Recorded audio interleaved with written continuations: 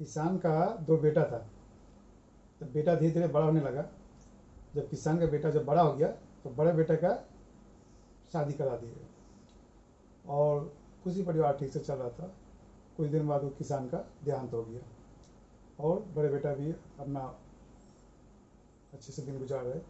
और उसी में जो छोटा बेटा यानी जिसका शादी मान किसान का जो छोटा बेटा था उसका तबीयत बिगड़ने लगा और किसान भी तो गुजर गया था, देहांत हो गया उसका। उसका बड़ा बेटा रह गया।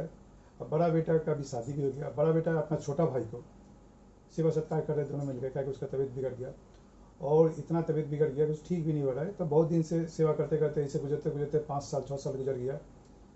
तो उसका पीछे बहुत खर्चा भी हो गया, फिर भी इलाज नहीं हो रहा है, तबीयत ठीक हो ही नहीं रहा है। बहुत डॉक्टर दिखाए, बहुत खर्चा किया। तो जो बड़ा भाई था वो सोचने लगा कि मेरे छोटा भाई के पीछे इतना खर्चा करे, ठीक नहीं हो रहा है। तो वो मियाँ बीवी सब मिल के अपना सोचा कि आखिर कितना दिन तक इसका पीछे इतना पैसा खर्चा करें। तो मन में सोचा कि क्यों नहीं कोई डॉक्टर से बात करके छोटा भाई को जहर दे दे। जहर दे दिया और जहर दे देने के बाद उसका छोटा भाई का देहांत हो गया। छोटा भाई मर गए और फिर अच्छे से गुजरते रहा दिन। इसका दो बेटा हुआ बड़ा भाई का। तो छोटा बेटा का भी फिर तबीयत खराब हो गया। जब फिर तबीयत खराब हुई तो उसका भी इलाज कर रहे फिर तबीयत फिर ठीक ही नहीं हो रहा है। शरीर इतना कमज़ोर हो गया, इतना कमज़ोर हो गया, सिर्फ हड्डी दिख रहा है। तो जो बड़ा भाई था वो सोच रहा कि आखिर हम क्या किए। वो अपना छोटा बेटा के पास बैठ के बोल रहा है कि हम क्या किए, हम इतना इलाज किए, इतना डॉक्टर दिखाएं, इतना जाके डॉक्टर दिखाएं, इतना इलाज किए, फिर भी ठीक नहीं हो रहा है। आखिर हम क्या गलती किए, क्या पाप किए, क्या अपराध किए। तो वो जो छोटा बेटा था उसका अंदर आत्मा से बोल रहा है कि हम छोटा बेटा नहीं, हम छोटा भाई आपका। बोला ऐसे कैसे हो सकता है, तुम मेरा छोटा बेटा हो। नहीं, हम आपके पास जन्म लिए हैं आपके घर में, लेकिन हम छोटा भाई है, हमको जहर खिला के मार दिया गया था। उसका अंदर से उसका आत्मा बोल रहा है हमको जहर खिला के मार दिया था और आज आप पछता रहे, कह हमको बचाना चाह रहे हैं। क्यों बचाना चाह रहे हमको।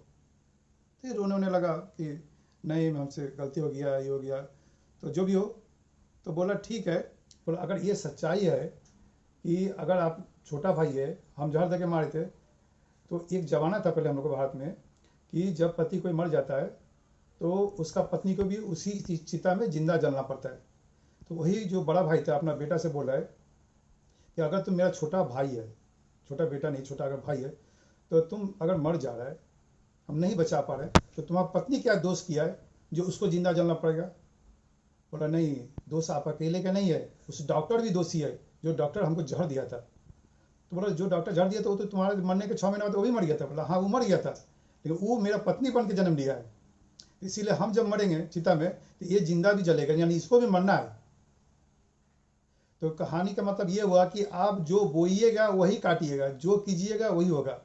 तो हमेशा देखिएगा कि घूर के आपका पास ही आएगा, आपका कर्म आपके पास आएगा। हमेशा ज़िंदगी में अच्छा काम कीजिए ताकि वो लौट के आए तो दुगना खुशी मिले, अच्छा मिले। किसी को अगर हम बचा नहीं सकते तो हम मार भी नहीं सकते। किसी को अगर हम खुशी नहीं दे सकते तो तकलीफ भी नहीं दे सकते।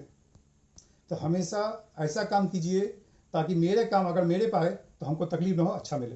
तो ज़िंदगी में हमेशा खुशी बांटिए और कभी किसी के विषय में बुरा ना सोचिए। जो बोएगा वही काटेगा, यही दुनिया का नीति है, घूर के वही आएगा।